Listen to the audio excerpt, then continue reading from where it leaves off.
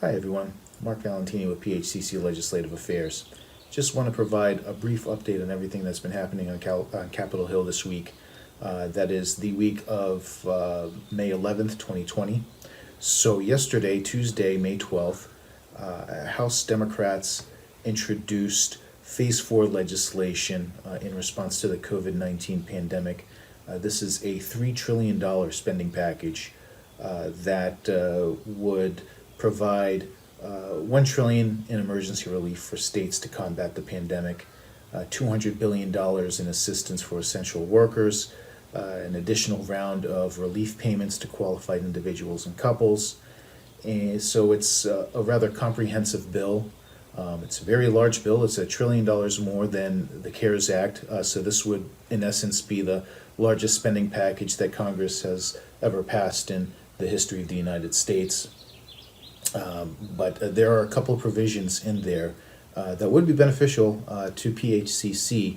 There are including some provisions on the Paycheck Protection Program and making the program less restrictive and more beneficial to people, especially businesses that have been delayed in getting PPP loans.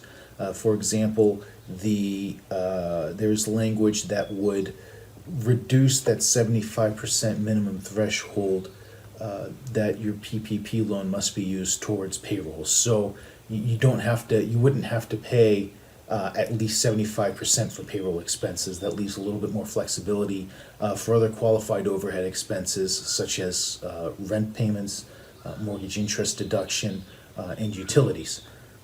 It would also allow businesses who have taken a PPP loan to also defer their payroll taxes for fiscal year 2020. The way the current structure is set up, you are not allowed to take a PPP loan and defer your payroll taxes for fiscal year 2020. It's either or. Under this bill, were it to pass, you would be able to take advantage of both options.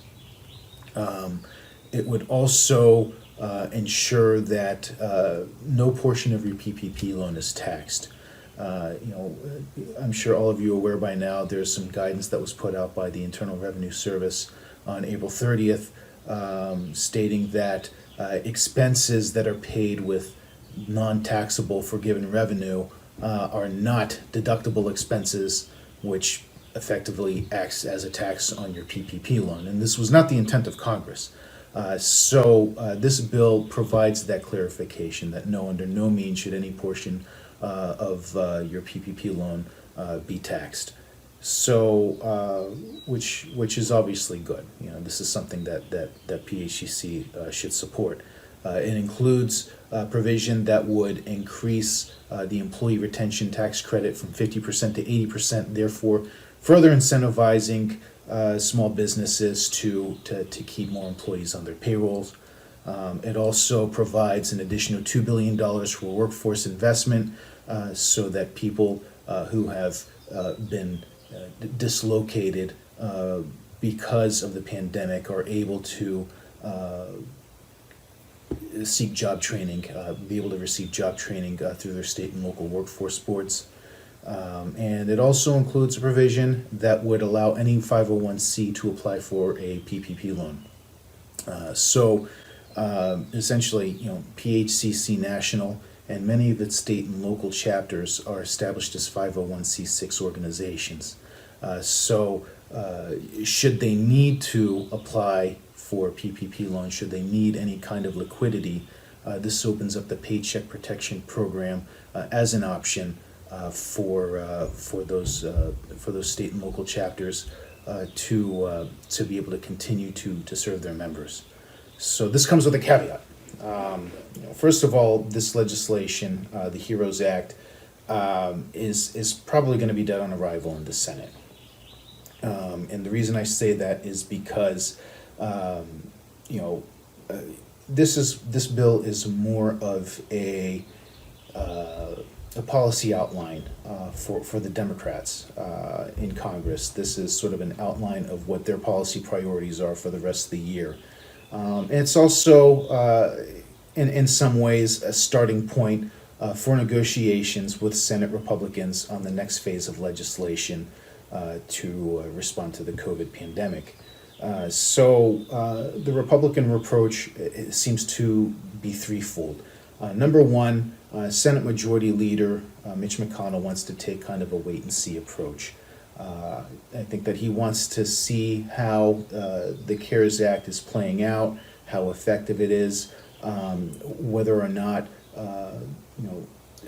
the economic response is what it should be. He essentially wants to see if the CARES Act is effective before supporting another piece of legislation that would continue to pump money into the economy. He'd also he also wants to wait and see, as states are beginning to reopen for business. It may not be necessary for further economic assistance from the federal government, or at least not on the scale of what Democrats are proposing, right? So the other thing is he's concerned about running a large deficit. In the course of 2 months, Congress has passed almost $3 trillion. Has spent almost $3 trillion in response to the COVID pandemic. So there's not a lot of appetite to go big, if you will, on another piece of legislation as the Democrats have proposed. There's not a lot of appetite to spend another $3 trillion,